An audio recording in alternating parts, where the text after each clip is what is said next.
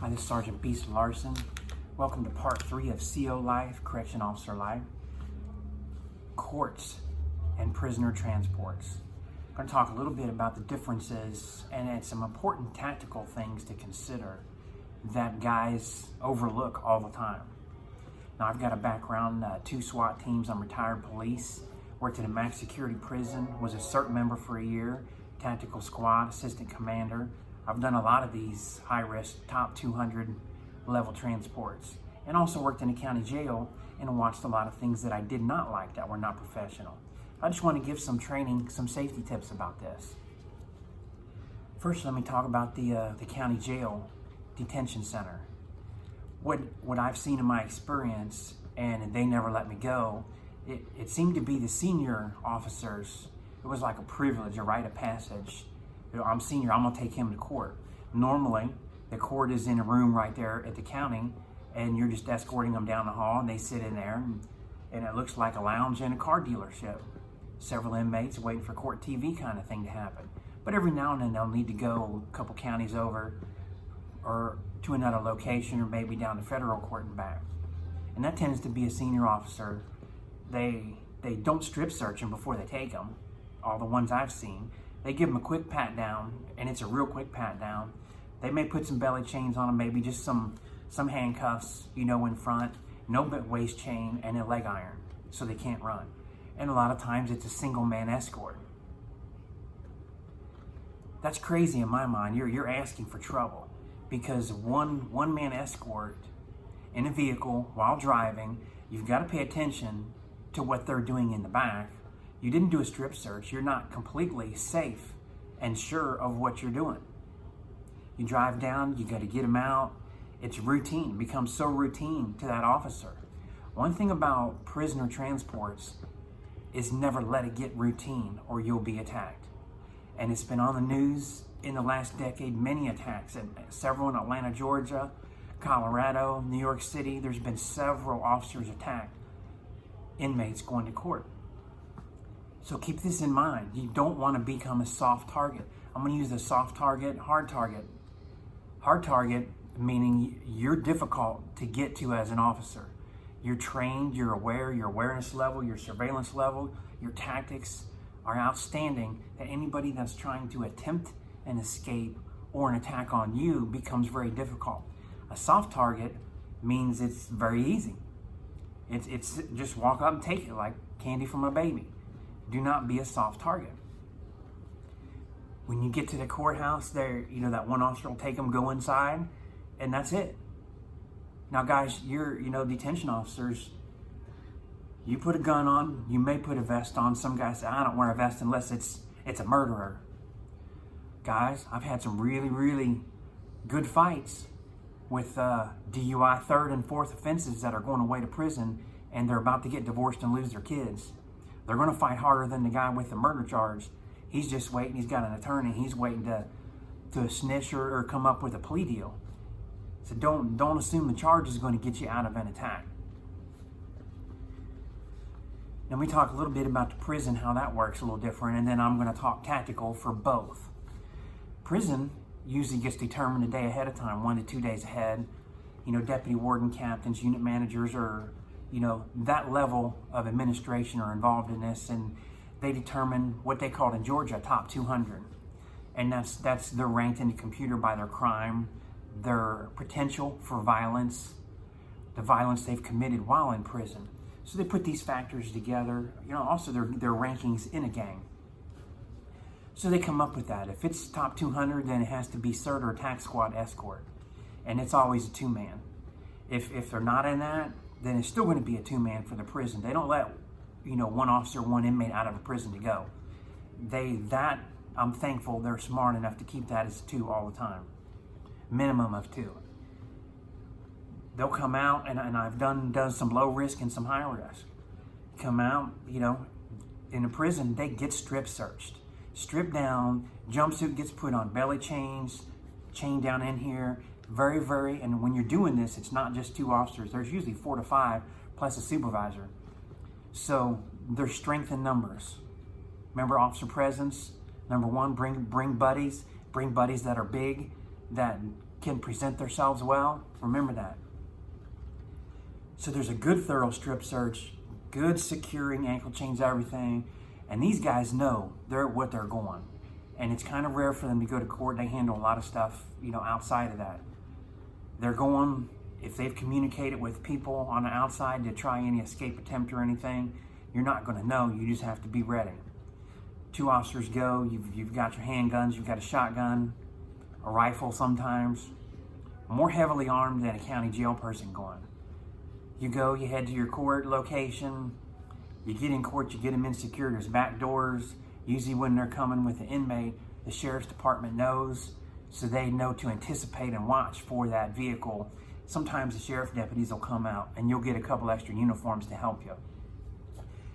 If they're high risk or a top 200 or anything that's unusual, if you've got any information or you just feel more comfortable, call them, say, hey, we're on the way, we'll be there. Our ETA is, estimated time arrival is 30 minutes or 4 hours, whatever. Let them know. Let them know what you're bringing in. Give them information. It's not a secret. It's on the court docket.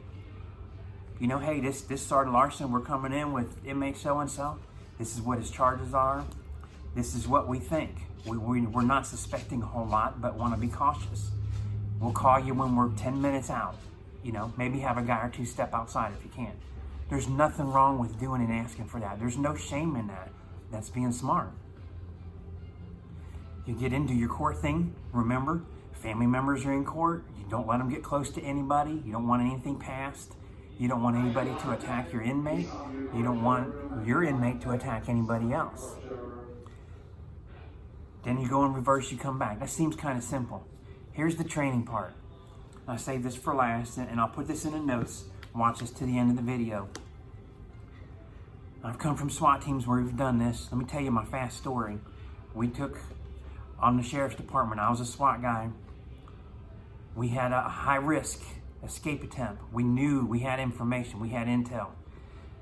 We had to take this prisoner from the county jail to the hospital. We put a SWAT guy in the ambulance, 3 of us in separate vehicles, 3 cars. We had a lead and 2 trail. The lead guy kind of scouting to get him to the hospital. We ran lights and sirens, Signal 9 we called it.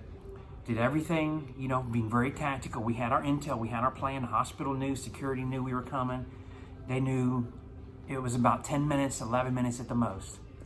We're about 2 minutes away from the hospital, and here comes this red Chevy Camaro, old Camaro, T-bone that ambulance, 92 miles an hour on purpose, trying to effect escape attempt. Didn't realize we would send 4 SWAT guys. That Camaro did knock the ambulance over on its side. Everybody was okay. Ambulance guys, the police, and that prisoner was okay. The guy driving the Camaro, it knocked him out. When we went to pull him out of the car, just grab his arm, pull him out, roll him over, cuff him. Wake him up. They had a good plan. They had a lot of drugs and alcohol involved in that bad plan, which usually happens with criminal plans. And he had no plan B after he hit the ambulance, really. He just figured they were going to run away. Because he didn't realize running into an ambulance with a Camaro might total your car. There was no escape vehicle. So running on foot would be the only option. Really dumb plan, but you got to anticipate smart plans and dumb plans. Anyhow, everybody, he was okay. He was just knocked out. No airbag or anything. Got a little seatbelt mark on here and a little bump on the head from the steering wheel, and that was it. Treat and release, and we took him into custody.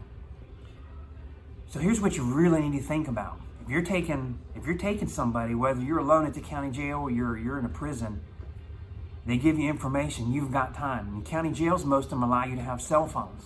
Everybody's a master of the cell phone. Using a cell phone right now. Punch in the address. Hit the topical view, get the aerial view, look at it. Scout out. Take a few minutes to look on your map, scout it out what you're looking at. Think about your route. Don't take the same exact route every single time. Have a plan B and a plan C route. Make sure your routes are a little bit different when you're getting there. If you suspect things, you may need to communicate with State Patrol on the way. Let your police know on the way. There's no harm in calling the dispatch. Hey, this is us. We're passing through your jurisdiction. We're on a 4-hour trip to court. Do that. Pick up your phone and use it. You're going to call your husband, wife. You're going to call your family members. Why don't you call the police along the way? And you do have to communicate with your dispatch, your central, whatever you want to call them. Hey, we've left. Don't just say, hey, we've left, and hey, we've got there on the phone and 4 hours have passed. Do this while you're doing this. Communicate while you're driving is what I'm saying. Get this planned. Communicate with your partner. You know, when you both don't need to be, you know, arm in escort staring at the guy in tunnel vision. You need to communicate and say, hey, I'll dominate the escort here. You know, I got his arm. I'll do the escort. You do the surveillance. Somebody's eyes need to be peeled and all over the place. Eyes and ears. Use your senses. Plan this before you get there. Plan this while you're driving. Don't be driving down the road, partner's asleep and you're driving and you hope the guy's asleep or you don't care what's happening to him in the back. Don't do that. You need to pay attention. At the prison I worked in, we had a guy in the back trying to reach around a corner because he was this big around and flexible, trying to take the officer's gun, the passenger, from this side bar. So he's reaching around this side, reached up and almost got his hand and got the gun out of that officer's holster. You think things aren't going to happen? They're going to happen. And they're going to happen to you eventually. Tactical plans. Make yourself a hard target. Visual surveillance. Your communication with your people, with all the police agencies along the way. They're not going to be mad if you call. Hey, we're just checking in. We're okay right now. This is our direction. We're headed down your interstate. We'll be out of your county in 15 minutes. They'll let the officers know, hey, I've been told stuff like this. I've done escorts with the marshals, and I've watched them. I've been a shadow car. I've been the lead car, 10 minutes ahead, just scouting out. Communication. Stop making this a routine and be a soft target. Communicate, plan. Surveillance. When you're driving alone, while you're communicating, it's going to require you to write down a state police phone number and a city police and stuff like that. Write down these emergency numbers. Escape attempts and attacks usually happen close to your destination or right about departure.